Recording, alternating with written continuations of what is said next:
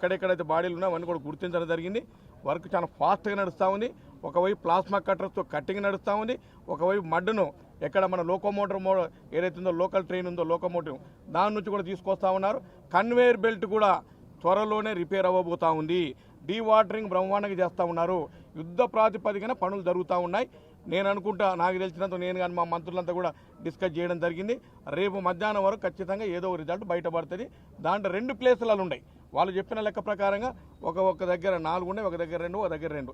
ఈ రకంగా ఒకవైపు అంటే పార్ట్ ఏ, పార్ట్ బి.